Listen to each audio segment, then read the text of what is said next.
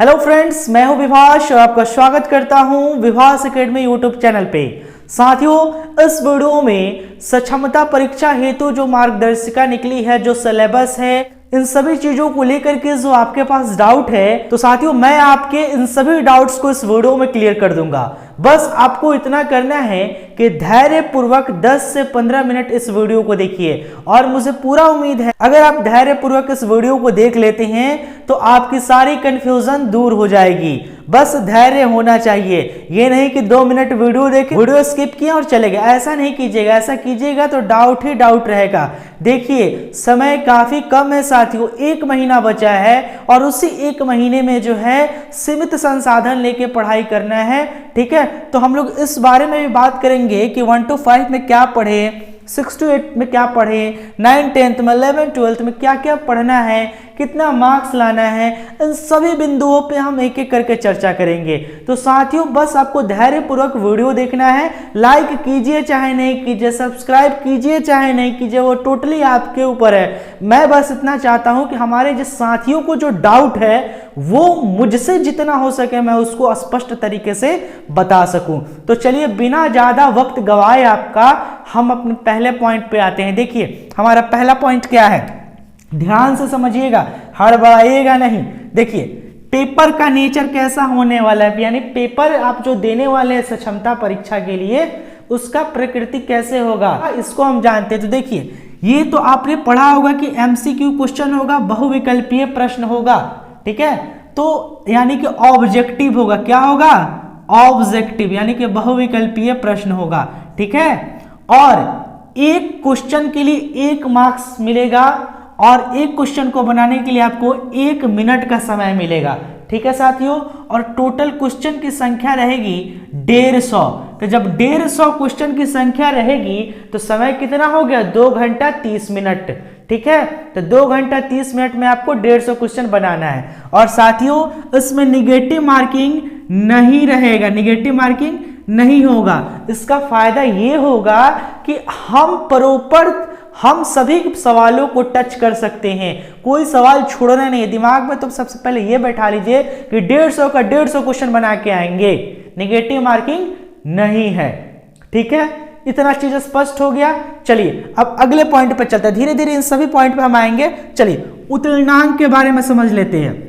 देखिए यहाँ पे कैटेगरी वाइज नंबर दिया है कि आपको कितना % मिनिमम लाना है ताकि आप सक्षमता परीक्षा उत्तीर्ण हो जाएंगे। तो देखिए हम लोग जैसे सीटेट बीटेट उत्तीर्ण होते हैं स्टेट तो एक सर्टिफिकेट मिलता है ना, उसी तरह सक्षमता परीक्षा जब उत्तीर्ण कीजिएगा तो एक सर्टिफिकेट मिलेगा। तो उसको उत्तीर्ण करने के लिए क्या पासिंग मार्क्स रखा गया है, आइए हम इसको समझते हैं, ध्यान पूर्वक देखिएगा। चलिए जनरल कैटेगरी के जो साथी हैं 40% मार्क्स लाना है, 40% यानी कि 60 नंबर उनको लाना है। 60 नंबर लाएंगे उत्तीर्ण हो जाएंगे। ठीक है, सक्षमता परीक्षा पास कर लेंगे। पिछड़ा वर्ग वाले जो साथी हैं हमारे, इनको लाना है 54.75 यानी कि 55 मार्क्स लाना है। ठीक है, और अति पिछड़ा वर्ग के जो साथी हैं इनको लाना है 51 नंबर। ठीक है, और जो SC ST कैटेगरी से हैं, चाहे वो दिव्यांग हो या महिला, ठीक है, किसी भी कैटेगरी की महिला, उसको क्या करना है, कितना नंबर लाना है, 48। तो बात समझ गए, कैटेगरी कोई भी हो महिला का, जनरल हो, SC ST हो, BC ABC हो, उससे मतलब नहीं है, महिला है, आपको 48 नंबर लाना है। इस 150 में आप क्वालिफाई कर लीजिएगा, सक्षमता परीक्षा पास कर लीजिएगा। लेकिन सबसे बड़ी साथियों बात यह है, दिक्कत यह है कि सिर्फ पास करना रहता तो बड़ा आसान था, लेकिन नियम ये कह रहा है कि मेधा क्रम से जो है आपके जिला का आवंटन होगा, इसलिए अधिक से अधिक मार्क्स लाना बहुत ज्यादा जरूरी है। पास करने के लिए सब लोग पास कर जाएगा, लेकिन अपना जिला चाहिए तो ज्यादा पढ़ना होगा, ज्यादा से ज्यादा मार्क्स लाना होगा। ठीक है, तो इसके फिराक में मत पड़िए कि 60 55 41 51 नंबर ले आके हम पास कर जाए। हमको पढ़ना है इस फिराक में ज्यादा से ज्यादा खूब नंबर आए, इसके लिए हमको पढ़ना है। ठीक है, तो कैसे पढ़ना है, मेरे पास कुछ किताबें भी हैं, मैं आपको दिखा सकता हूं एक एक करके। ये देखिए बहुत सारी किताबें हैं मेरे पास, ये मैथ्स की भी किताबें हैं। तो इस सभी किताबों को कैसे पढ़ना है, किस तरीके से 1 महीना में खत्म करना है, सारी चीजों को जो है हम आपको बताएंगे। आप टेंशन फ्री रहिए, बस बातों को समझते चलिए एक एक करके। चलिए, तो उत्तीर्णांक समझ गए कि क्या कह रहा है। अब हम बात करेंगे न्यायालयीय प्राधिकार का मतलब क्या है। बहुत सारे साथी हमारे कंफ्यूज है कि बीएड वाले क्या करेंगे जो 1 to 5 में है, एनआईओएस डीएलएड वाले क्या करेंगे। तो देखिए ये क्या है, ये न्यायालयीय प्राधिकार का मतलब ये फर्जी लोगों का छांटने का तरीका है। आपने सुना होगा 77,000 80,000 शिक्षकों का फोल्डर नहीं मिला है, आइरिस रिकॉग्नाइजेशन हो रहा है, थंब इंप्रेशन होगा, काहेला होगा। इसी तरह से जितने भी फर्जी शिक्षक भरे पड़े हैं उनको हटाने के लिए हो रहा है ये सारा प्रक्रिया, ठीक है। तो जिनका फोल्डर नहीं मिला है, जिनका डाटा गवर्नमेंट के पास नहीं है, उनका फॉर्म सबमिट नहीं होगा। इसलिए आप लोग बेमतलब का चिंतित ना होइए कि एनआईओएस डीएलएड वाला को नहीं लेगा, बीएड वाला को नहीं लेगा, अपने से कुछ भी बना ले रहे हैं, ऐसा नहीं है। न्यायालयीय प्राधिकार का मतलब यही हुआ कि जिनके ऊपर कोई केस वगैरह चल रहा है, फोल्डर जमा नहीं है, डाटा नहीं दिए है सरकार को, उनका फॉर्म सबमिट नहीं करना है, ठीक है। बात क्लियर हो गया न्यायालयीय प्राधिकार का। चलिए अब हम बात करेंगे गतिविधि की कि क्या क्या गतिविधि होने वाली है। तो साथियों 26/1/24 को जो है विज्ञापन जारी होगा, 26/1/24 को विज्ञापन जारी होगा बीएसईबी के तरफ से। आज का ये जो मार्गदर्शिका है ये शिक्षा विभाग की तरफ से बीएसईबी को भेजा गया है और बीएसईबी अपने तरफ से अभी कुछ जारी नहीं किया है। 26 तारीख को वो विज्ञापन जारी करेगा और ऑनलाइन फॉर्म भराएगा 1 फरवरी से 15 फरवरी तक। और जैसे आप फॉर्म भर दीजिएगा तो एडमिट कार्ड डाउनलोड कीजिएगा 5 फरवरी से 16 फरवरी तक, और डाउनलोड करके उसको डीपीओ साहब से हस्ताक्षर वगैरह करा के सब चीज प्रक्रिया पूरा करके फिर उसको अपलोड भी कर देना है 6 फरवरी से 16 फरवरी तक, ठीक है। तो देखिए सीबीटी एग्जाम होगा साथियों, सबसे बड़ी बात है सीबीटी एग्जाम होगा, कंप्यूटर बेस्ड टेस्ट होगा। मैंने ऑलरेडी आज से 2 महीना पहले कहा था कि बीएसईबी परीक्षा लेगी तो सीबीटी ही होगा, कंप्यूटर बेस्ड टेस्ट ही होगा, और फाइनली वही सही हो गया साथियों। देखिए ये सीबीटी परीक्षा होगा 26 फरवरी से 13 मार्च तक चलेगा। पटना, मुजफ्फरपुर, बिहार शरीफ, भागलपुर, इस जगह पे जो परीक्षा होने की चांसेस है, क्योंकि यहीं पे जो है कंप्यूटर के लिए पर्याप्त संस्थाएं हैं साथियों, ठीक है। और भी कुछ नई संस्था जुड़ सकती हैं, लेकिन परीक्षा जो होगा यही होगा। और मुझे लगता है अल्फाबेटिकली परीक्षा होगा या सीरियल वाइज, कुछ परीक्षाएं सीरियल वाइज परीक्षाएं होंगी। और साथियों परीक्षा में हमको नहीं लगता है ज्यादा लोग बैठेगा, 3.5 लाख में से 77,000 छाट दीजिए, 4 लाख कहने के लिए है, बाकी बहुत लोग चला गया बीपीएससी में, बहुत लोग नहीं गया। 77,000 तो छाट दीजिए, वो लोग फॉर्म नहीं भरेगा, ठीक है। बचा 2.5-3 लाख, 50-60 लोग सोच रहे हैं हम नियोजित रहेंगे, हमको राज्यकर्मी नहीं बनना है, वो लोग और फॉर्म नहीं डालेगा, तो बचेगा कितना 2-2.5 लाख, 2.5 लाख लोग करीब फॉर्म डालेगा। उन्हीं 2.5 लाख लोगों का परीक्षा जो होगा कब, यही 13 से 15 दिनों 16 दिनों के भीतर उन्हीं लोगों का परीक्षा होगा, ठीक है। तो घबराना नहीं है, तैयारी कीजिए। और हम ये नहीं कह रहे कि कोई फॉर्म नहीं डाले, सब लोग फॉर्म डाले, जो लोग एलिजिबल है, जिनके ऊपर कोई न्यायालयीय प्राधिकार का प्रॉब्लम नहीं है, ठीक है, वो लोग जो है फॉर्म डाले, ठीक है। चलिए तो बात समझ गए कि सीबीटी एग्जाम कब से कब तक होगा। चलिए अब हम अपने मेन मुद्दा पे आते हैं कि बहुत सारे हमारे साथी पूछ रहे हैं सर हम 1 to 5 के हैं, हम क्या पढ़ें, सर हम 6 to 8 के हैं, 9th 10th के, 11th 12th के, हम क्या पढ़ें। जवाब देते देते मैं थक गया हूं, इसलिए यह वीडियो आप लोग ध्यान से देखिए, क्या पढ़ना है, कैसे पढ़ना है और कब तक पढ़ना है। देखिए साथियों मैं आपसे एक बात यहां पे स्पष्ट तरीके से बोल देना चाहता हूं, 1 महीना समय बचा है, 1 महीना, ज्यादा से ज्यादा सवालों का प्रैक्टिस ही हमें मंजिल दिला सकता है। नोट्स पढ़ने का समय नहीं है, नोट्स पढ़ के सोचिएगा कि हम निकाल ले परीक्षा, नहीं है। ज्यादा से ज्यादा सवालों को हल करने का ही एक तरीका मात्र बचा है इस 1 महीने में अच्छा मार्क्स लाने का, ठीक है। नोट्स पढ़ने का समय अब खत्म। तो इसलिए इस हिसाब से हम इस 1 to 5 के बारे में हम जानेंगे कि क्या पढ़ना है, कैसे पढ़ना है। तो चलिए सबसे पहले है हम 1 to 5 के जनरल टीचर की बात कर रहे हैं, यानी कि जो सामान्य शिक्षक है उनको क्या पढ़ना है। और साथियों कुछ चीजें हैं जो 1 to 5 पढ़ेंगे, वो भी 6 to 8, वो भी 9th 10th, वो भी 11th 12th, ठीक है, ये बात है। चलिए 1 to 5 में हम पहले बात कर ले रहे हैं भाषा की, और ये साथियों भाषा का जो पेपर है सभी में है, भाषा का पेपर ऐसा कोई नहीं है जिसके में भाषा नहीं है, भाषा सब में है। तो इस भाषा के लिए आपको ज्यादा माथापेची नहीं करना है, 30 मार्क्स का क्वेश्चन है, इसका नंबर जुड़ेगा मेरिट में। टीआरई 2 की तरह नहीं समझिएगा कि इसका नंबर नहीं जुड़ेगा, इसका नंबर जुड़ेगा। तो इसके लिए क्या करना है, बैठ के संज्ञा सर्वनाम पढ़ने से कोई फायदा नहीं होगा।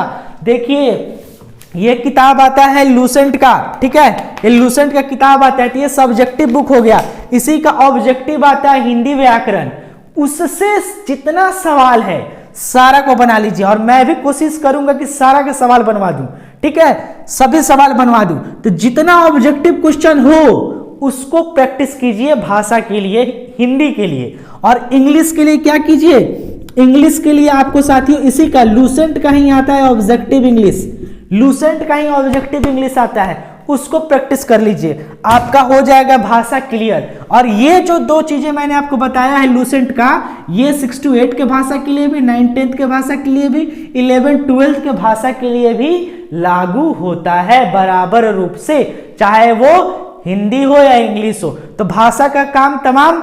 अब आएगा हमारा साथियों सेक्शन है जीएस, जीएस। तो साथियों लीजिए, जीएस काफी बड़ा सेक्शन है, जनरल स्टडीज, सामान्य अध्ययन, ये जो है काफी बड़ा सेक्शन है। इसको पढ़ने के लिए इतने अल्प समय में हमारे पास 2 साधन हैं। सबसे पहला साधन, और साथियों ये जीएस इसमें भी है, ये जीएस इसमें भी है, इसमें भी है, इसमें भी है। तो इस जीएस को जो ये पढ़ेंगे इसका वही चीज इसमें भी पढ़ेंगे, ठीक है, इस बात को ध्यान में रखिएगा। तो इस जीएस को पढ़ने के लिए मेरे पास इतना कम समय में सिर्फ 2 उपाय है।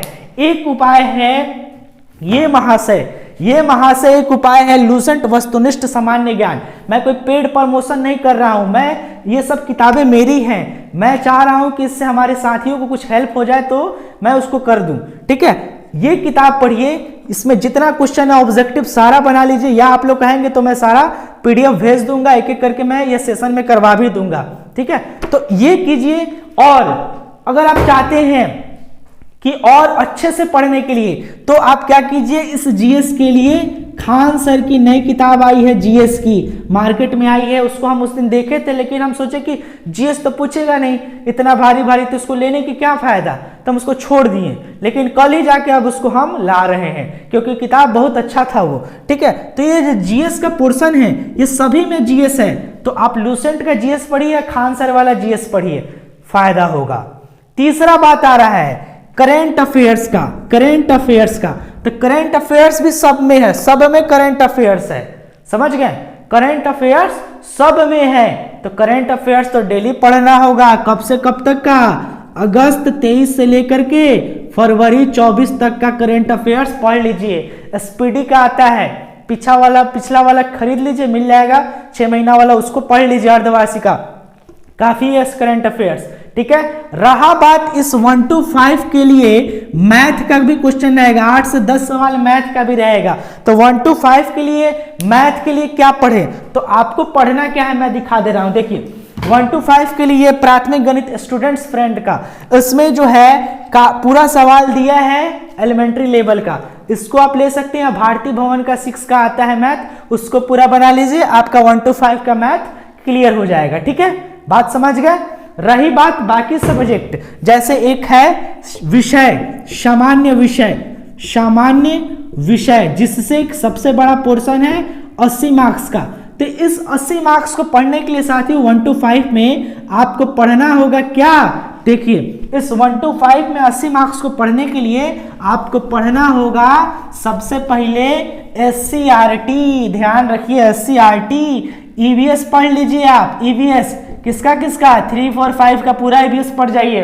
उसके बाद 6 to 8 का हिस्ट्री, ज्योग्राफी, सिविक्स, साइंस, इतना तो आपको पढ़ना ही है। 1 to 5 समझ गए, क्या क्या पढ़ना है, लूसेंट का ऑब्जेक्टिव हिंदी इंग्लिश दोनों, जीएस के लिए खान सर या वस्तुनिष्ठ सामान्य ज्ञान लूसेंट का, करंट अफेयर्स के लिए एसपीडी ले लीजिए अगस्त 23 या फरवरी 24 तक का, और सामान्य विषय के लिए आप अपने एससीईआरटी पढ़िए, सब एससीईआरटी, क्या एससीईआरटी यानी कि जो विद्यालय में चलता है, इतना पढ़ लीजिए, आपका 1 to 5 पेपर कोई नहीं रोक सकता है, ठीक है। और अगर आपसे नहीं पढ़ा जा रहा है तो मैं डेली ऑब्जेक्टिव करा ही रहा हूं, उससे भी हो जाएगा, लेकिन आपको भी पढ़ना होगा साथियों, मेहनत करना होगा, सफलता लेना है तो रजाई से बाहर निकलना होगा।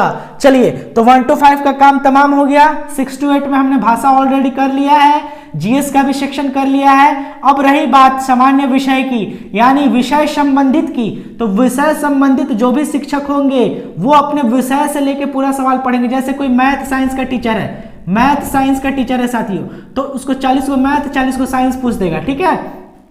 अगर कोई एसएसटी का टीचर है तो आपके ऑनर्स का जो कॉम्बिनेशन है उसके हिसाब से उसमें होगा, जैसे हिस्ट्री ले लिए और पॉलिटी ले लिए, ज्योग्राफी ले लिए, पॉलिटी या इकोनॉमिक्स ले लिए, ठीक है। तो आपके ऑनर्स में जो है उस सब तरह से कॉम्बिनेशन बना लीजिए और अपना इसके लिए 80 नंबर के लिए पढ़िए। बाकी ये तो 40 और 30 तो वहीं पढ़ना है जो यहाँ पढ़ना है, सब में 40-30 वहीं पढ़ना है, बात को ध्यान रखिए। अगर आप कॉम्बिनेशन नहीं समझ में आ रहा है तो आप कमेंट बॉक्स में कमेंट बॉक्स में लिखिए कि सर मैं ये ऑनर्स ये है, क्या कॉम्बिनेशन होगा, कैसे होगा, तो मैं आपका जवाब दे दूंगा, आपका कॉम्बिनेशन भी क्लियर हो जाएगा। सेम चीज यहाँ पे साथियों 9th-10th वाले के साथ।